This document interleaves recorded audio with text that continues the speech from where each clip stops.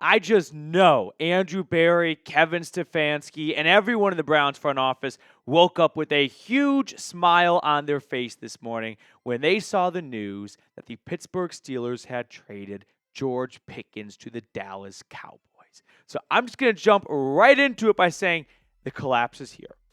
The end of the Roman Empire is upon us in Pittsburgh. The barbarians are taking down Rome, and they are fleeing to Constantinople. So we're going to talk all about this trade and why I think it's great for Cleveland. But really quick, speaking of the downfall of hopefully the Pittsburgh Steelers, we are just behind them in subscribers for the month of May. If you have not yet, scroll on down, click that sub button, lock yourself in for some of the best free Cleveland Browns YouTube content. But late last night, Slick Rick, Pretty Ricky on Twitter, if you don't know, well, I don't have much time to explain, but he's a character in itself, kind of broke the news that a trade was in the works. And then early this morning, the blue check marks of the world, Adam Schefter, Ian Rappaport, put out the news that the Steelers had traded George Pickens to the Dallas Cowboys for a third-round pick and a day 3 pick swap. I think Steelers fans were thinking, we're never going to trade Pickens, but if we do, we're going to get a whole lot more than a third and a pick round, day 3 pick swap, given they used a second-round draft pick on him.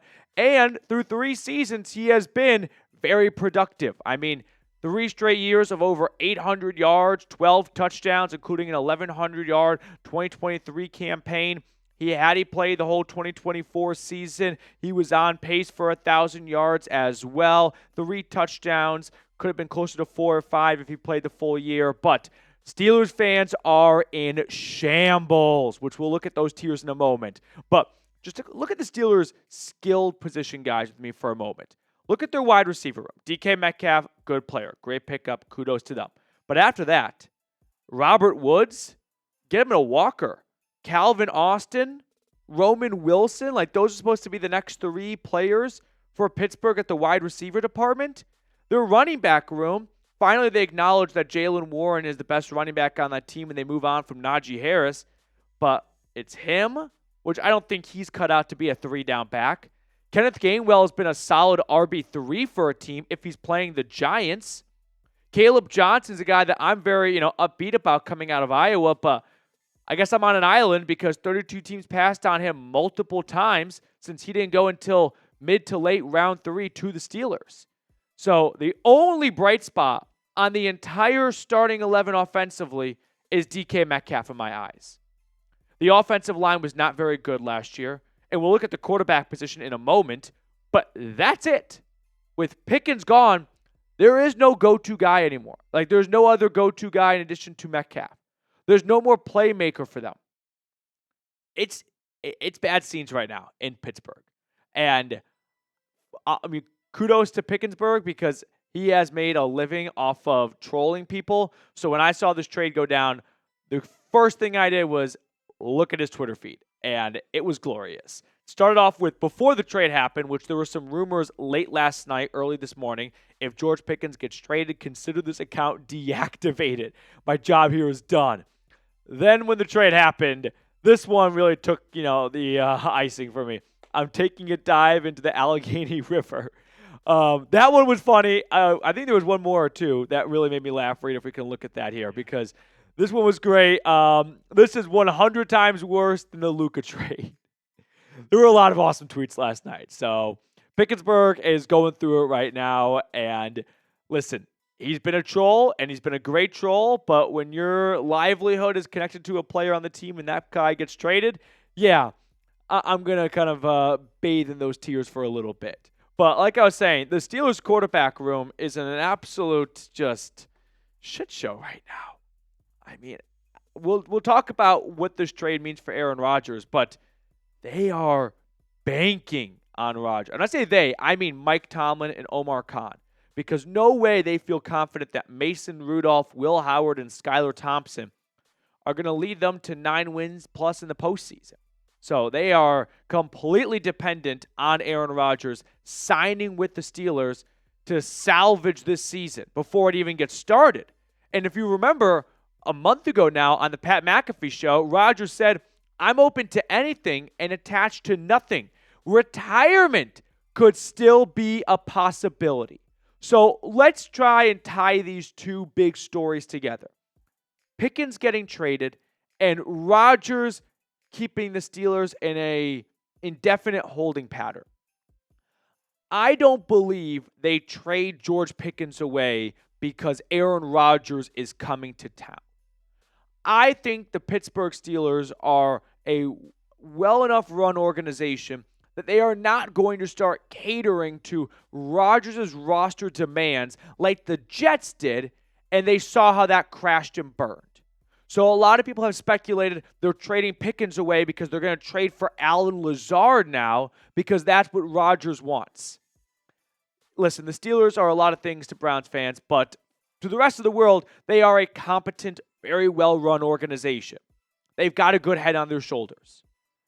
And that's not something that a competent, well-run organization does, where they go, okay, you don't want Pickens? That's perfectly fine, Aaron. Whatever you'd like, we're going to trade him away, and we'll trade for any receiver you want. No, I think these two things might be more independent of each other than dependent.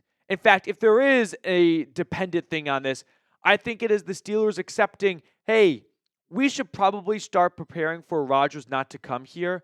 And if that's the case, we don't think we're going to be very good. So why not sell high on Pickens right now? Get, sure, not a ton, but a third and a fifth for him and a sixth. And whatever we tried out at quarterback, so be it. But if we don't think he's going to be going to be here long term, then this is the time to trade him because we're not going to wait forever on Rodgers. So I'd like to think that this is probably not ideal news for Steelers fans hoping that Aaron Rodgers is going to sign in Pittsburgh soon. I think it might be actually the opposite of that. So let me know. Is this the year that Mike Tomlin goes below 500? That defense is getting older. Doesn't seem like they have a really good direction offensively right now. I'm not even sure if Tomlin knows who their week one starting quarterback is between the three guys on their roster. I'm going to say yes. I've said it before. I've been wrong before. But I'm going to keep saying it. So yeah, give me below 500 for the Pittsburgh Steelers in 2025. Some other AFC North news I just want to touch on really quickly. Probably should use the word touch on here because we're talking about Justin Tucker, which, listen, Browns fans, Browns media, the entire bucket really can't comment too much on the Justin Tucker situation. So let's just start right there. This is not a victory lap by any means, and we can all, understand why with the big elephant in the room. The Browns are not saints. And they don't get to, take a victory lap or laugh at this. But everyone else can because this is pathetic. Moving on from Justin Tucker, okay. But to move on from him and solely root it in the fact that this was a football move is laughable. It's naive. You're sticking your head in the sand. So while he did not have a very good 2024 season, they are trying so hard to make sure everyone knows it had nothing to do with the allegations without explicitly saying that. You could have just released him and said, we've decided to move on from Justin Tucker. I don't know why they're going so far out of their way to make sure everyone knows it's not because of the allegations. It just doesn't make a very good PR look for the team to go, we're releasing him, but it's not because of the allegations. Well, if it was partially because of the allegations, would that be such a bad thing? Right? Do you really want to be known as the team that goes, yeah, we dumped Justin Tucker, but it's not for the reason you're thinking? No, that actually played no factor into it. Oh, maybe it should have played a little bit of a factor into it. Even if internally it didn't, you don't have to broadcast that that wasn't the reason why you moved on from him. So that's one piece of AFC news. And then why not just round it out here with some Bengals news? I saw yesterday that Von Bell, the safety for Cincinnati, took a pay cut. I would like to start a movement to creating a new term for pay cut in the NFL and not lumping it onto restructure. Because when restructures happen, 90% of the time, it happens without the player's permission. It's usually baked into the contract that a team can restructure a player's deal, and which 90% of the time means taking their base salary, lowering it down, putting that money into a signing bonus, and that lowers their cap hit. And that's most restructures that we think of. And that's not the player doing the team a big favor. That is simply the team doing that most of the time without the player's even permission or, a green light on it. This was a pay cut. This was Von Bell being told, hey, we can't afford to keep you at this rate here. We'd like to keep you, but if you want to continue playing here, we're going to ask you to come down to this number. And while that's a bit of a slap in the face of the player, if their agent shops around a little bit and gets told, well, you can say no and they'll cut you, but you're not going to get more money elsewhere. So this is the best deal you're going to get, even though it's a little bit unfair that they're taking money away from you that they initially put down on pen and paper when you signed that contract. So with that, there's been some people connecting dots of, could that open up money for Trey Hendrickson? If it does, good for the Bengals, honestly. I mean, if they do pull it off, the unimaginable. They paid Jamar Chase, T. Higgins, and Trey Hendrickson. Did not think that would be possible knowing their financial constraints. There might be a bit of a trickle-down effect, a ripple effect in the future. Are free agents going to want to come to Cincinnati as if they already have a lot of success in free agency? But are they going to want to come there going, oh, that's the organization that they have to rob Peter to pay Paul, right? We're going to take money away from Petey to give to Reed. Oh, well, Reed likes that, and Trey likes that, but I don't know if you're going to have a lot of success with finding other guys to come play for your team if you get the reputation of, remember, they can't afford to pay their good players, and so when they're a little bit shorthanded, they actually take money away from the other guys they're paying on their roster. Just something to think about. Before we sign off, two quick things. One, the jersey numbers are in, by the way. Mason Graham wearing number 94. Quinshon Judkins, I think, is wearing number 10. Yeah, number 10. And then Shedeur Sanders is wearing 12. 2 was taken by DeAndre Carter, which led to someone in Shedeur's camp getting a little upset. And we're going to talk about that in our live show, which will be, live in a few hours every single Wednesday afternoon. So come back for that. But if you want to get a Browns rookie jersey, go to chatsports.com/CLE rookies. I put that link in the comments and description of today's video. So let's pick a card to wrap up today's episode. Reed, which card do you want to go with? Not working. What, you just yell it out. Gotta love technology. Queen of Clubs for Reed. I'm going to go with the... Yeah, I got it the other day. I'm going to go with the 7 of Clubs. How about that? 7 of Clubs! Let's go! Twice in a week. 7 of fucking Clubs. Yes! Let's go!